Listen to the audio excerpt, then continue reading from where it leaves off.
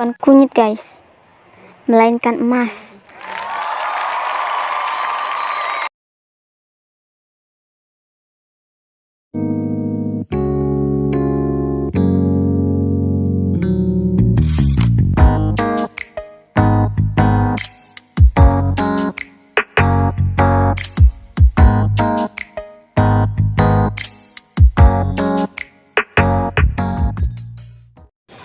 Halo guys, welcome back with Yisayu, calon istrimu. What's up, player? I'm here for your daughter. What? Serius bercanda.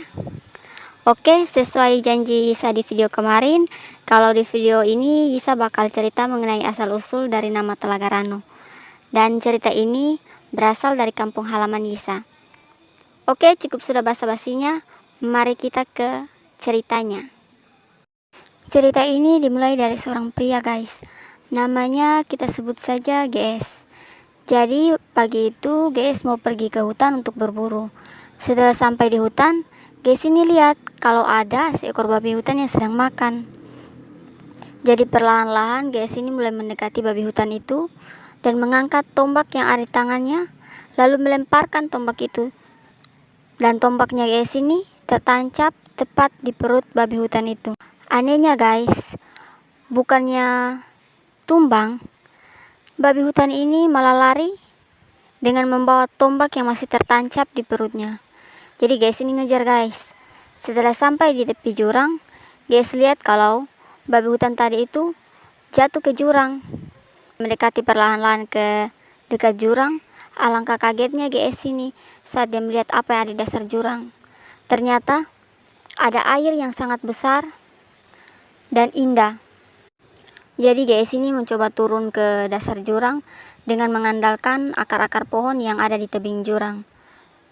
Setelah berhasil sampai ke bawah, GS ini ngelihat kiri kanan yang ada hanya tebing dan air yang dipenuhi belerang yang masih mengeluarkan asap. GS ini mulai mikir, oh nggak mungkin kalau babi hutan itu bisa lari dari sini. Jadi GS mulai berjalan mencari di pinggiran air itu. Tapi GS bingung guys, kok nggak ketemu babi hutannya.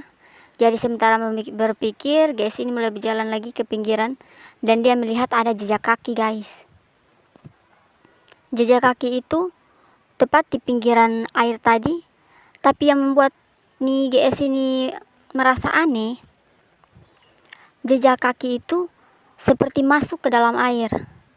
Karena masih kebingungan, GS melamun. Tanpa disadar, kakinya terpeleset. Lalu GS ini jatuh ke dalam air. Tapi yang membingungkan guys, bukannya tenggelam, GS malah jatuh hinggap di atas atap sebuah rumah yang dibuat dari daun-daunan. Karena merasa panik dan kaget, GS melihat dengan apa yang ia lihat membuat dia tidak percaya. Karena dia jatuh di pemukiman guys. Dan dia melihat ada banyak rumah. Dan di setiap rumah itu ada penghuninya. Jadi dia mencoba untuk turun ke bawah. Setelah dia berhasil turun, dia mulai melihat ke sana kemari. Alangkah kagetnya dengan apa yang dia lihat. Warga di situ ada yang kaki dan tangannya cuman satu, dan ada yang tubuhnya terlilit tali. Merasa penasaran dengan keadaan penduduk di situ, GS ini manggil seorang warga dan dilihat di situ ada seorang ibu. Terus dia bertanya kepada ibu di situ, apa yang terjadi dengan warga di sini?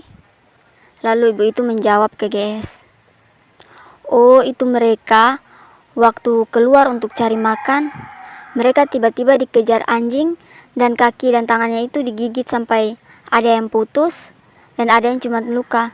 GS tanya kembali lagi, terus bagaimana dengan badannya yang terlilit tali itu? Ibu ini menjawab lagi, oh itu karena dia menginjak perangkap. Ada satu orang guys, dan dia seorang bapak baru datang. dia menderita penyakit menikam. Biasanya arti kata orang tua itu artinya seperti badannya itu terasa ditusuk-tusuk dengan jarum. Bapak itu ternyata adalah suami dari ibu yang dipanggil GS tadi. Terus ibu itu bilang ke GS gini, kalau wolo ini dalam bahasa Sahu ya guys, yang artinya saudara, bisa bantu tolong obati mereka semua, karena GS merasa kasihan dengan keadaan penduduk di sekitar. Jadi ia mengiyakan permintaan dari ibu tersebut.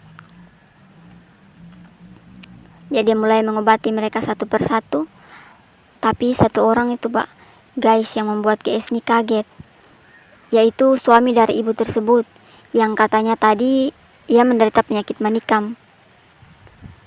Ternyata guys, di perutnya itu ada tombak yang dikenali GS, yaitu tombaknya GS guys, yang tadi ia lemparkan ke arah babi hutan. Dia mulai berpikir, kok bisa? Bukannya tadi tombak saya itu kena ke babi hutan? Bagaimana bisa ada di perut bapak ini?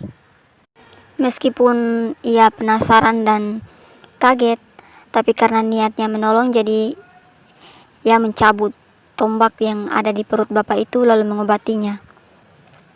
Setelah itu GS pamit pulang guys ke warga di situ. Sebagai ucapan terima kasih, warga di situ kasih dia kunyit 1 seloi. Kalau mungkin di kota bilang bakul ya. Kasih 1 bakul, tapi GSB ini bilang kalau kunyit itu banyak di tempat kami, karena tidak mau menyakiti hati perasaan dari penduduk. Jadi GS ambil 3 potong. Terus ada beberapa penduduk ini mulai mengantar GS pulang, tapi tanpa disadari guys, dia cuma jalan-jalan, tiba-tiba langsung sampai di tepi air tadi yang pas dia terpeleset. Jadi GS ini bingung, dia menoleh ke sana kemari.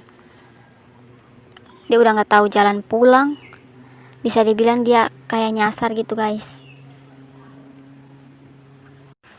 Dia berjalan tanpa tahu arah kembali. Tiba-tiba dari belakangnya ada seseorang yang menepuk pundaknya. Dia kaget, terus balik belakang dan melihat ternyata ada seorang pria. Pria ini kita sebut saja SH. SH ini mulai bertanya ke GS, kenapa kamu bisa di sini? Terus apa yang terjadi dengan belakangmu itu? Kenapa kamu bisa ada di sini? Apa yang terjadi dengan punggungmu itu? Terus GS ini mulai menceritakan permulaan kejadiannya guys. Dia mulai menceritakan semuanya. Setelah selesai diceritakan, dia merasakan kalau ada rasa sakit di punggungnya. Jadi dia meminta tolong kepada SH ini untuk bantu dia mengobati lukanya. Jadi SH ini ambil air dari tempat itu. Jadi SH ini ngambil air dari situ dan mulai mengobati punggung GS. Setelah selesai mengobati, SH ini langsung mengantar pulang GS. Setelah itu selesai mengobati, SH ini mengantar GS pulang guys. Setelah sampai di rumahnya GS ini, SH balik lagi ke tempat tadi. Dan kita kembali lagi ke GS. Setelah sampai di rumah, GS ini mulai menceritakan kejadian yang ia alami kepada istrinya. Setelah itu, dia mengambil tas yang tadi diisi kunyit. Dia membuka tas itu.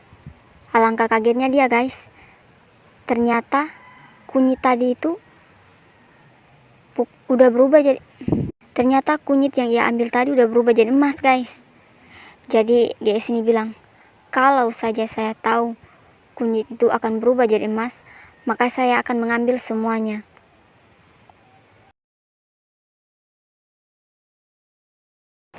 Sesampainya di rumah, Ges ini cerita sama istrinya semua yang dialami. Selesai cerita, Ges membuka tas yang berisi kunyit pemberian warga. Alangkah terkejutnya Ges dengan apa yang dia lihat. Ternyata apa yang dia ambil itu bukan kunyit guys, melainkan emas. Lalu si Ges ini berkata pada istrinya, seandainya kalau saya tahu kunyit yang mereka berikan bisa menjadi emas, maka saya akan membawa semuanya. Demikian ceritanya yang diangkat dari kisah nyata. Asal-usul dari nama Telaga Rano. Telaga artinya air dan Rano artinya mengobati. Karena tadi kan Esa ngobatin GS pakai air yang di dasar jurang itu guys.